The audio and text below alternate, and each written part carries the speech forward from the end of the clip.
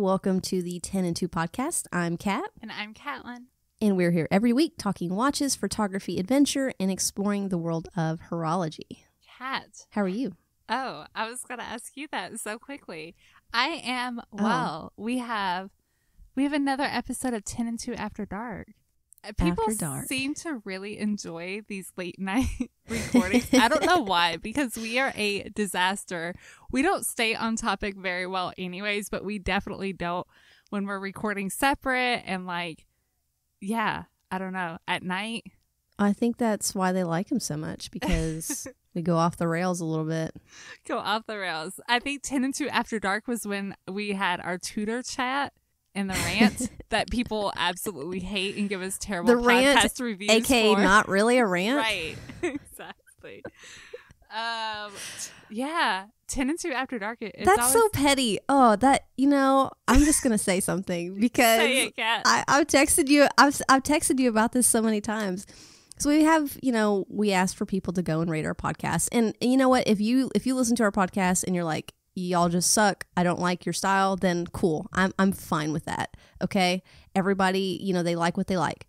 However, 2 people have rated us 1 star on Apple iTunes because they said that we talked bad about the tutor, the Black Bay Blue. God, I can never say that. And we didn't. We talked bad about the situation that happened at the release. We talked about but we didn't talk bad about the watch. Yeah, I think that we these like people the just watch. work for I ADs. love the watch. That's yeah, and I was like, man, that's a bummer. Yeah, I mean, it's fine. if you guys feel bad for us, just go and rate us 5 stars. Get us back to 5. Shameless plug to rate us. At least it's not the guy who reviewed us forever ago and was like, the whole world is listening, as though us being super Southern was fake. No, if you listen to me in real life, I say y'all all the, this is just the way we talk. So don't shame us. Truly, we listened to a Dolly Parton this episode is how we talk. Talking about Southerners being shamed. And I'm not having it, y'all. I know. 10 and 2 After Dark. Are we? Yeah, this is what happens. I promise we're not crybabies. Well, Kat, so other than that, how are you doing tonight? I'm doing fantastic. Okay. Staying busy. I'm almost done with our video. Yay. Y'all, I'm so sorry it's been delayed. Maybe, so today's Friday. Yeah, maybe this weekend we'll see it up on YouTube. I'm really excited about it. It is really good. We had such a fun day shooting that. And some of the shots, I know how we got them, but no one else is gonna know how we got them. So I'm excited. I'm really excited about it. For sure. And we found the most amazing coffee, and we need to go back for real. Yeah. You guys will see this blue coffee in the video. My gosh. And it was amazing. It was the best coffee I feel like I've ever had. It was. How's your week been? Crazy. So crazy, so busy. Of course, we had Labor Day on Monday, and I had some family and friends over because it was my birthday weekend. So just had some people over, which means you spend the whole time cooking. I smoked ribs, and then you got to clean the whole. It's not even fun anymore. It's a whole thing. Yeah, it's a whole situation. But it was nice. It was nice to just kind of relax. I didn't even really get on social media and stuff like that a lot that day, and it was nice to just kind of take a day and have a little bit of a break. But then back to it, and this week has been absolutely crazy in the best ways. Of course, we had our interview with Edward Malin of Moser Watches earlier this week, and I just heart that interview so much. Yeah. It was really good. I really enjoyed it, and we had a great time recording it. Yes. He was so nice to us, which he really shouldn't have been. He should not have been, y'all. Oh my God. So today we are, in case you haven't been able to tell by the title of the video or of the podcast, because it's a podcast, not a YouTube, we're reviewing the Green Dragon Streamliner Center Seconds. And in preparing for this review, I decided, let's take a trip down memory lane, because I know that Kat and I talked a little bad about the first Streamliner. I was like, a little. I thought it was just a little. So I decided to take a walk down memory lane about an hour ago and play episode 37 of the podcast, where y'all, we shit talked that watch so bad. I don't know why. Why did he agree to interview us? Like, I would honestly never don't know. Speak to us. I'm glad that we did not listen to that prior to recording with him, because I would have been completely flustered. Because I honestly didn't. I knew that I didn't love it, but I didn't realize what I had said about it. And again, I think we recorded that episode shortly after the release, and it was our initial impressions of the watch itself. But we try to be a little more positive usually. Also, this was back in the day. Kat and I were talking about this. Back in the day, before we recorded either late at night or early in the morning, we'd record like in the evening, and we would go out for dinner and drinks, and then we would record. So we're going to blame that on dinner and drinks. Yeah. But some exact phrases, just to kind of let y'all know where we were at. I said I woke up in the Twilight Zone because of how positive the reviews were on it. I said the phrase, "It's so bad, y'all," at least twice, maybe 3 times. Kat was just extra blunt. She said, "Don't like the case, don't like the bracelet." You also said, I didn't write it down. You said something about it being dated. Oh yeah, you said it looks dated. Y'all. Yeah. We were assholes. We were wrong. Well, so and how can you be wrong about an opinion? That was our reaction to that watch. Since then, do I love the chronograph? No. Like, I still don't. It's not my favorite. But we'll get into this watch, which has really, really turned me around quite a bit. For sure. 100%. But yeah, I cannot believe how just... We were pretty rude. We were a little bit rude. We were so rude. We were so rude that we got Dolly would be ashamed of us. The next she would morning. Not be happy with us. Yes, we got an email from Mike, who is one of the distributors for Moser in the U.S. And literally in the email, I have it pulled up. He says, "I do have a bit of a black eye from your comments about the Streamliner." Oh my God. Since we're all friends, but now. You know Everybody's what? They have friends. been nothing. Yeah, they have been nothing but nice to us. And, they could have come out and said, well, they could have defended their position. And I think that's what he got into during our podcast, was that you either love it or hate it. There's no in between. Mm-hmm. And with that specific watch, we hated it.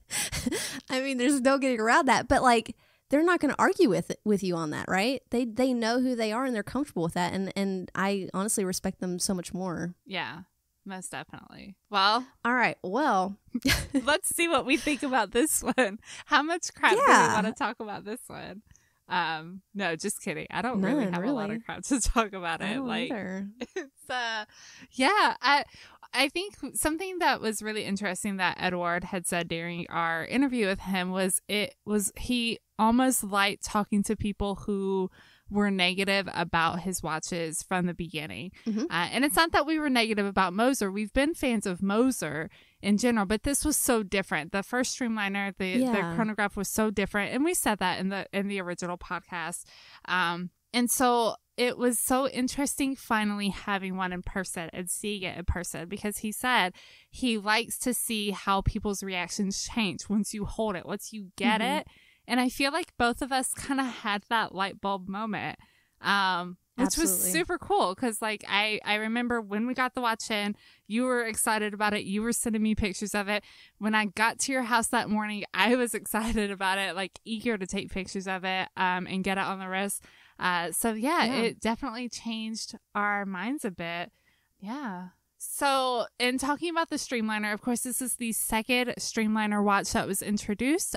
Just was introduced a couple weeks ago. The original one was introduced in January. And that was going to be the Flyby Chronograph. So the Moser Streamliner collection in general, it takes a lot of its design aesthetic from 30s locomotives. And I think that that's very clear when you look at it. You know, the 30s that was when everybody was trying to kind of figure out how they can get faster and more efficiency in designs and vehicles and a locomotive and trades and things like that.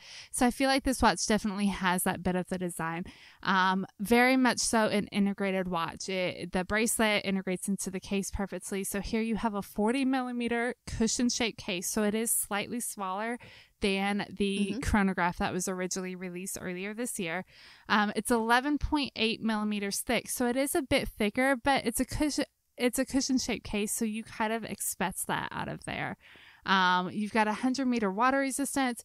The dial is described as a matrix green dial, and it has fume, which of course Moser is so well known for, and a sunburst pattern that, y'all, I think I have to change my mind about green dial watches. I'm having a real issue because we keep getting these green dial watches in for review, and I kind of like them.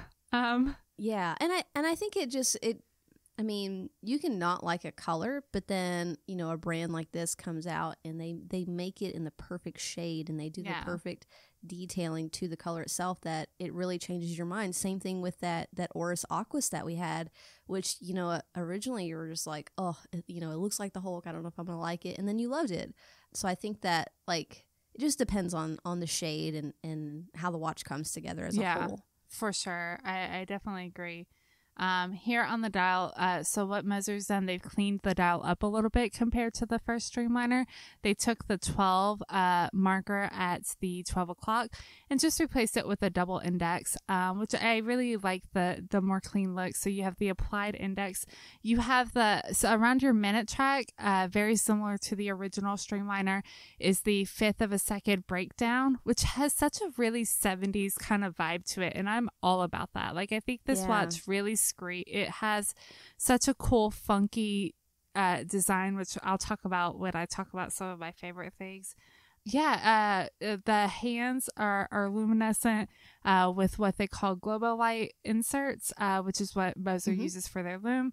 It has the HMC 200 self-winding caliber, which is a 72-hour power reserve automatic movement that has their Straumann hairspring in it.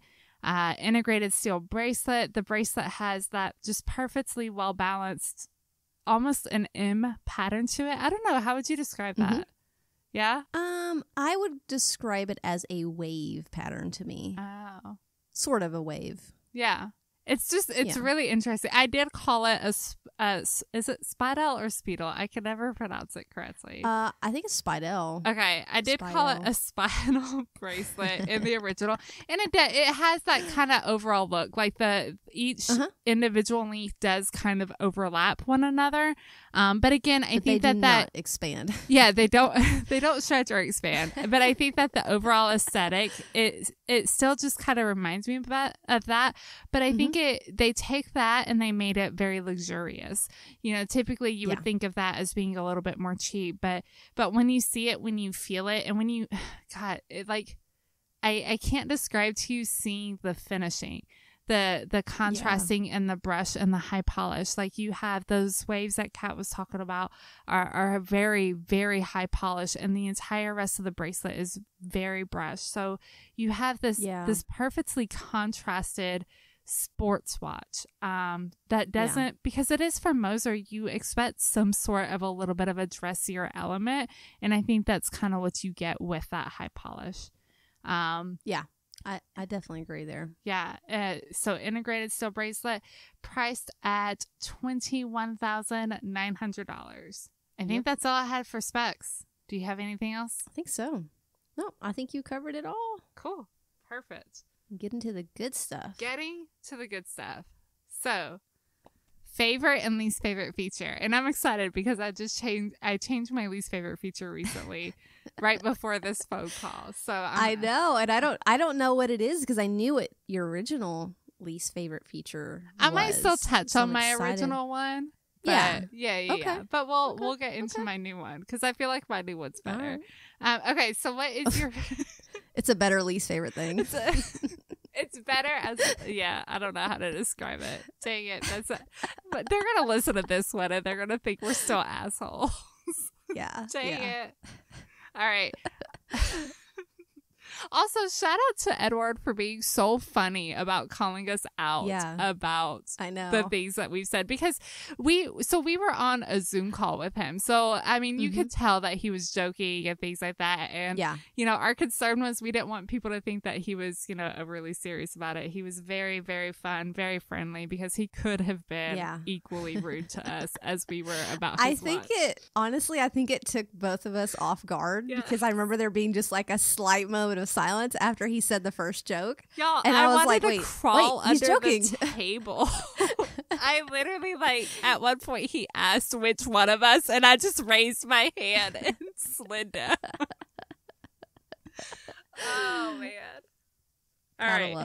Gotta love it. So, what's your favorite feature about the Streamliner Center Seconds? So my favorite feature is kind of two things together. It's the case and bracelet. It is so comfortable on the wrist. And the case design is just out of this world, in my opinion. You know, we chatted with Ed about the way that they design the case around the movement. And before I even had talked to him, I just, you know, there's different elements to it.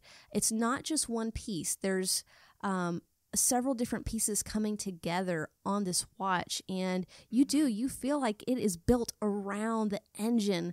And I don't know, as a very like tactile person, I guess, like I like mechanical pens, and I like, you know, if you like knives and things like that are real gadgety feeling, I feel like this, like, it feels so good. It feels good to wear it. It feels good to hold it.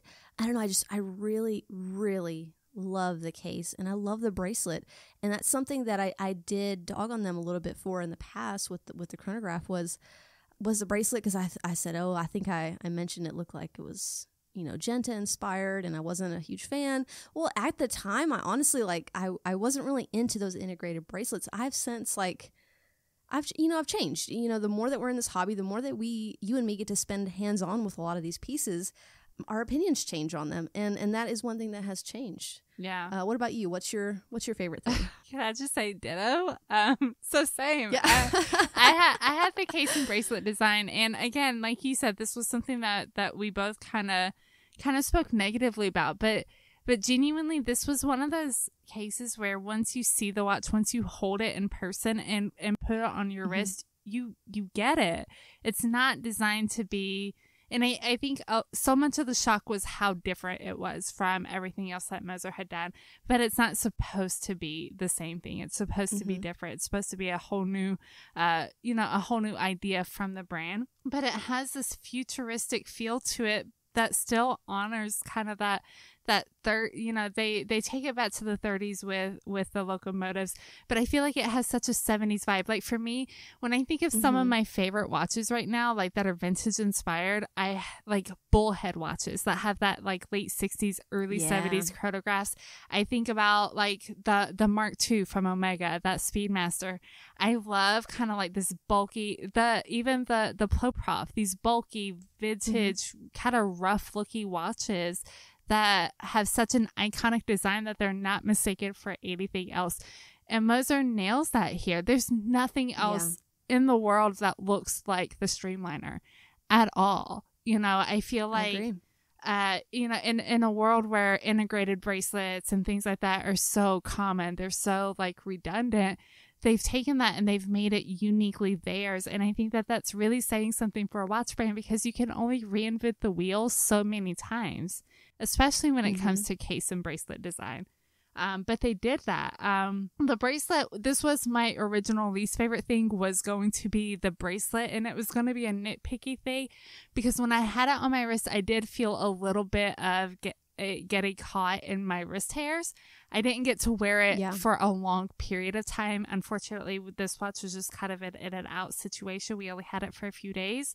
So I didn't get to wear it for long. So I felt like it might be wrong of me to say that about the bracelet in general when I didn't get to have enough experience with that.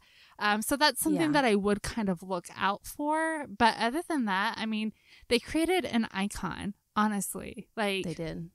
And I think that that's saying something for a brand to be able to create something that's iconically theirs. So I have a lot of respect for that, and that comes out of this case of bracelet design. Mm-hmm. And I'm very glad to hear that they're, this isn't a limited edition, and that he said, this is a line that they plan to continue for maybe not forever, but for a while. They want to continue with this the Streamliner line, and it makes me really happy because maybe I can get one at some point.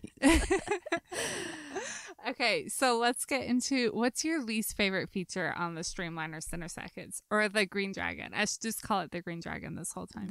The Green Dragon. The Green Dragon.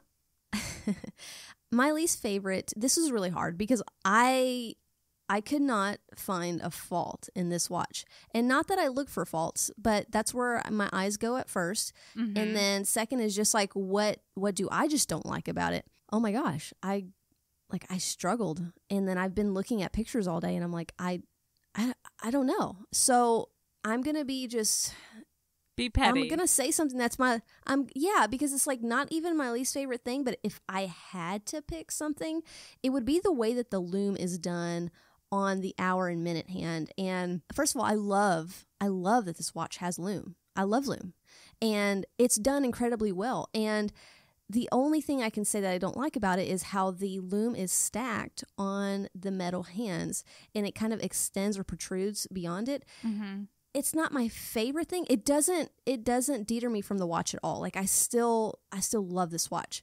But yeah, maybe it's not my favorite thing. Yeah. Well, so while we're on this topic of loom, the only thing that is loomed is the hour minute hand. So how do you feel about that, given that it's a sports watch, that you don't have anything on the minute markers, like any of the indexes being loomed? How do you feel about that? I don't mind it. I think you can still read this watch in the dark, because the hour hand is still a lot shorter than the minute hand. Mm-hmm. So I don't think there's an issue there. You're not diving with it or anything. So I personally don't see an issue. Yeah, fair enough. And I was telling you earlier that because we had this watch for such a short period of time, normally I do all the loom shots, and I totally forgot to, and I didn't get a chance to take this like in a dark closet and like see how good the loom is. And I was really excited to, because I wanted to see that global light that they use and see how different it was. But yeah, unfortunately not. Maybe next time. So what about you? What's your least favorite thing? All right, I'm gonna be petty. It's all right, though. Uh-oh. Me? Petty? No, never. What are you talking about? No, what? Okay, so honestly, I feel like, and I kind of forgot about this until I was listening to our episode of the original Streamliner, where the good things that we say about the watch are talking about the movement. The movement was so freaking cool in that watch. So the Flyby Chronograph, the rotor on that watch was sandwiched between the dial and the movement. So you had the whole case back where you could see just every detail of the movement. And so I'm going to be petty, and I'm going to say that the movement here is not my favorite. And compared, I told you it's petty. I told you. I'm grasping at straws here, okay? I'm glad we're not sitting in the same room tonight, because I would be like, I'm not slamming my hand on the table. Kat would slap me across my face right now. No, I'm not saying that. Girl, we're from the same hood. Like, I know you. I'm not saying it's a terrible movement. God, it's so beautiful. It really is a beautiful movement. But I think if you compare it to the original Streamliner's chronograph, which had the HMC 902, that was such a cool movement as far as just like what it offered the world, and just the overall design, that I feel like only if you're comparing it to that one is it a little bit of a letdown. It's still stunning. It's still gorgeous. I'm being petty, y'all. I've said this, okay? It's fine. And that's the thing, is like, it's so hard because anything you say, you're like, you don't really want to say because the watch is so good. It really but is. We always we have to pick it because it's only fair. Every watch we get in, we pick a favorite and least favorite thing. Yeah. And I'll own it. I'm a hypocrite and I'm petty. You will always hear me say that. I have no problem owning up to that. I have to eat so much crow right now because of all the crap we talked in that first episode. But I'm being petty. And like I said, it's only if you're comparing it to the last Streamliner. That being said, Edward had mentioned that he has plans to do all sorts of complications and different things with this collection, and I'm very excited about that. Yeah. I think that this was the first one was to shock the world, right? That the chronograph was to throw it out there and see if it stuck, and 100-piece limited edition just to see what the world thought. And now you're doing something I don't even want to say that it's safe because it's not safe. It's still so different and so bold, but you're doing something that more people can't agree with, and you're making this a regular production piece. And then you add the one-off, crazy stuff to it from there. And I think that's very smart of a brand to do. So this is, I really don't want to say that it's safe. I don't know. What? This is their safe icon? I don't know. I have no idea because it's not. Nothing about this watch is safe. It's not for anybody who thinks it would be safe. It's crazy. It's out there and it's absolutely beautiful. But I don't know. I'm going to stop there because now I'll just say random things for no reason. I get it. 10 and 2 after dark. Yeah. No logic, no reasoning. All right. So going into the next question, how versatile do you think the watch is? We always want scale of 1 to 10. I came in at this with very few notes too. I only had notes on the really big stuff. You know what? I would actually score this pretty high. I would totally give this probably an 8 or a 9 out of 10, honestly. I feel like, yes, it's a sports watch, but it's still a sports watch done by a dress watch kind of company. So it's not overly sporty. It doesn't look like, it's not a diver. It's not anything like that. It's a more everyday sports watch. It's the crossover SUV of sports watches. Yeah. it's something you can do the sporty stuff with, but you can also do the everyday stuff with or the dressier stuff with. I think with the all brush case and with how contrasting that the high polished accents are around the case, around the bezel, around the bracelet, you really kind of get this nicer feel and this softer feel to the rugged and sporty vibe to it. Plus the dial. I mean, I don't think that Moser knows how to do an ugly dial, in all honesty. No. And even though it's green, it's such a beautiful forest olive kind of green color that works so incredibly well, kind of with anything you have going on. So I think that it's actually kind of much more versatile than I would have ever thought. You guys have to have this on the wrist. I don't know what else I could say about it, but what about you, Kat? I actually gave this watch a 10 out of 10. Oh, for me. I think this watch, perfection. I think this is the first time, but I think this watch is designed for almost every purpose. I think you can go swimming in it. I think you can dress it up, and I think it could be worn with literally anything, any attire that we would wear on a daily basis. I think that this watch could be worn with. And I also think that, he talked about his watches being unisex. This is a great unisex watch. I think this looks just as good on a man as it does on a woman's wrist. Again, the green is so subtle and it's not flashy. It's not in your face. And I think this watch is just incredibly versatile. So yeah, it's pretty high up there. Yeah. No, I definitely agree. Do you think that the Streamliner provides a fair value for its cost? I do. I think that, honestly, I don't come into contact with a lot of $20K plus watches. We don't? A day. I don't. I wish I did. Now, that being said, I've been in jewelry stores and ADs that I've held some of these watches. And so I do have some hands-on experience, but not a daily thing, right? So this was kind of hard. And this is a section that we usually say, well, here's some other options in this price range. And really, there's nothing else like this watch out there. So I can't really compare it to anything else. It's so they're so creative in what they produce that you can't compare it. I mean, sure, you could say, a stainless steel sports watch. You could think of like the Oyster Perpetual, but this is so much more than that.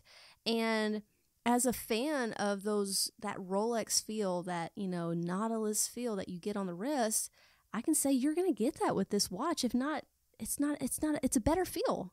I'm getting really passionate because I'm getting really loud. I'm looking at my like volume on my on my recorder. I'm going to take it down a notch. I'm going to take it down a notch. Cat's gonna chill. I think value at this price point, it's not even that it's at this price point. This is the most expensive watch that, we've reviewed for this podcast. This is also really kind of the biggest independent brand that we've reviewed. And I think that's the independents are in a whole world off to themselves, which is phenomenal. Like there's so many amazing independent brands, Moser being one of them. You've got FP Journe, you've got like MB&F, you've got, Roger Smith and Philippe Dufour, and there's so many amazing independent brands that are just a whole level to themselves. And I don't think it's really fair to them necessarily to try and compare it to something else, because you could say, okay, for $22,000 basically I could just buy, I could buy a Patek, a 5711, or an AP Royal Oak, but those are, when you compare them to something like this, they're nothing. They're kind of mass-produced regular watches. That's the reality. And I know, don't come at me, I know they're not mass-produced. I know that they're their price point for a reason. But they've been produced this way for years and years and years, and very little has changed. Versus you have the independents who are pushing to innovate and do things differently and create works of art versus just another watch that you wear. I'm sure, man, I can't wait to see all the comments about that. But it's a very different world for independence. So I think value is something you're not buying a watch because of the watch. It's not just the watch, it's the story behind the watch. It's and I love that during our interview, Ed talked about this so much, about the stories, because every piece from any independent brand tells a story.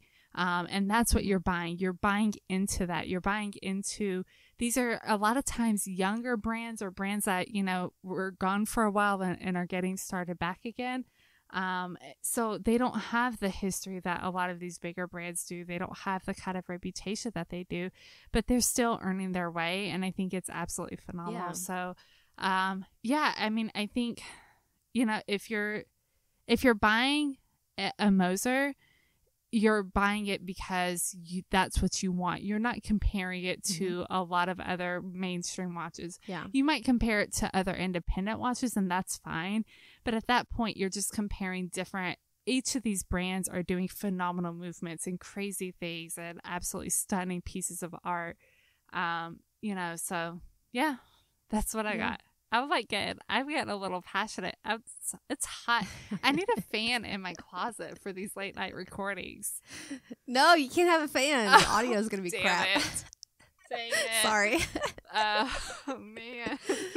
10 and 2 late at night.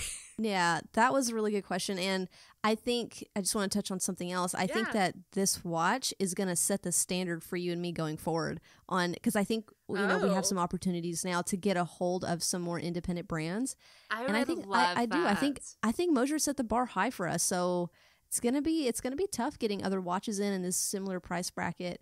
And don't worry, guys, we're not, I say that, and I'm not like 10 and 2 is moving up. No, we are going to review all the same stuff we normally do. This is not something we even sought out. It just kind of, fell in our laps. And we're like, yeah, how can you say no to that? So and we love the watch, so it was a pleasure. But going into our next question, would this watch be one that gets regular wear in your collection, and your overall thoughts of the watch?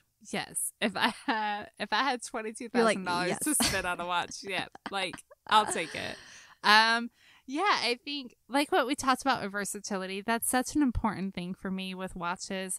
And I would imagine even if I were at a different income bracket where, you know, I would spend $20,000 on a watch and it wouldn't be a problem, I would still want versatility. I think that, you know, that's just something that's a more practical side of this hobby. So I like that it's so versatile that you can wear it no matter what. You know, the strap thing obviously would wind up being a bit of an issue with the integrated watch, but I could get over that. I mean, the watch is beautiful and the bracelet is beautiful, so I could definitely get over that. I mean, final thoughts, like, I feel like an asshole, I feel terrible. This 10 to 2 After Dark includes Friday should just not be like the most kid-friendly episode. Yeah, I feel terrible for, I mean, so like listening to that podcast, I was floored because first of all, that's very unlike Kat and I. We do try and be more positive. But then now that I've had hands-on experience with the watch, and I guess it just really proves how differently things are in person. I think this was the biggest example of that. Like, you know, Grand Seiko, I wasn't quite as impressed with until I saw in person, but I had never just not liked it, just been passionate about not liking it as I was in this one. And really having your hands on with it and wearing it and feeling how it's so comfortable. Like, I can't explain how comfortable the bracelet is and how comfortable it wears it. It's heavy in all the right ways. It's not super heavy. Also, can we talk about how amazing it is to photograph, because you could set the bracelet down and it holds its shape. So it makes bonus. It makes flat lays very easily. In case you're looking for a great watch to photograph, this is your boy. No, it's different. It's unexpected and it's iconic. And I love that they've created an icon, which is not easy to do these days. No, I love that. So, Kat, regular wear in your collection? Absolutely. I fell in love with this watch. I gotta say, like, this watch has been added to my grail list, if not moved to like first or second place on my grail list. Nice. I love everything about it. And I was such a hater along with you about the chrono. And, you know, after holding this one in my hands, my mind or my opinion completely changed. And I will say that, you know, if you don't like this watch because of the design, I get it. Yeah, I was just like that. But I do think, and you mentioned this in the show, is that it's one that you need to see in person. And I hate saying that because the photographs really do depict it very well. I mean, it is what it looks like in the photos. It's not going to surprise you and change your mind. It's not the aesthetics, it's the feel of the watch that I think really changes your mind about the piece. It's so phenomenal. And there's a lot of what I like about a watch is not even the design or the look, it's the feel on the wrist. Because, I mean, yeah, you look at the Rolex Submariner, it's a boring watch. The sub is so boring, but golly, if it doesn't feel so good on the wrist. Like, there's just something about it. Yeah. You can be a Rolex hater, and then you try one on, you're like, damn, I get it. Like, I just get it. And that's what you get with this watch. You put it on your wrist, and you just start melting, and you're like, oh my God, this is amazing. And for those people that, you know, I think when they think sports watches, they think Rolex, Tudor, Omega. But I think with what they did, with what Moser did, they blew them out of the water with this. And if you had that kind of money to spend, I wouldn't spend it on one of those guys. I spend it on something like this. Like, this is where you want your money to go.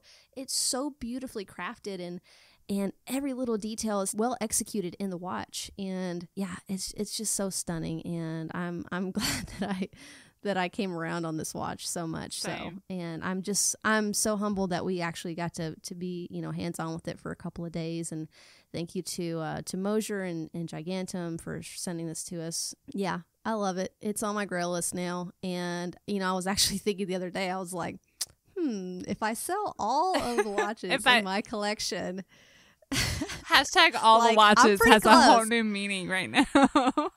Yeah, I could totally see I could see this as a one watch collection. There's some watches that we talk about. They're like, this is the kind of watch you get if you have a collection already. No, I think this is a watch you get if you just want one piece to do it all. Like, this is it.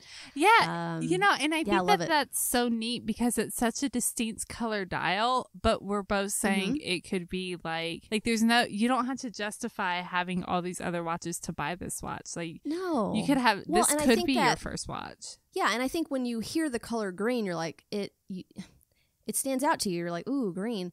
But in this case, the green is almost like, it could be blue. It could be, it could be gray. It's just, it is what it is. It works well with this watch, and you don't really think about it. I don't even think about it being green. It's just, it's a watch that works no matter, what color, dial. Obviously I'm glad they went with green, but I think it's so subtle that it doesn't stand out to me. Yeah. All right. But yeah, I think that wraps it up. This was fun. This is a good one. This was a good one. It was a little bit longer, but we had a few more words to say about this one. Just a few. We had to eat our crow. Thank you again. Kat said it already, but thank you again to Moser and to Gigantum New York for sending this watch to us. Thank you to Edward for taking the time with us and giving us a chance. Even though we're just jerks, talking to us. We're jerks. That song, "You're a Jerk," that should be playing the whole time. Oh man, maybe I could like plug it in. I don't know. I might like. I think we have to pay for that. No, we can't do that. But y'all, if you don't know what we're talking about, you should. Yeah, so we'll have some. We'll pictures. put it in the show notes. Yeah, I'll link the YouTube channel or something, the YouTube video, the show notes. But thank you guys for listening. Thank you for tuning in each week. We hope that you guys enjoy this. I know this is a very different type of watch review from what we usually do. Trust us, we know we were very flattered to have been given a $20,000 watch to review. But we're super excited. We have some more fun watches that we are getting in soon to review. Very excited about. And be sure to head over to our website, www.tennand2.com, and you can see show notes for today's episode, which will include photos of the watch, different things like that. And then be sure you're following us on Instagram, Facebook, and Twitter at Tenn&2Media. And I think that's it. You got it. All right. Well, until next time, we will be talking to y'all soon. Thanks. Bye. Bye.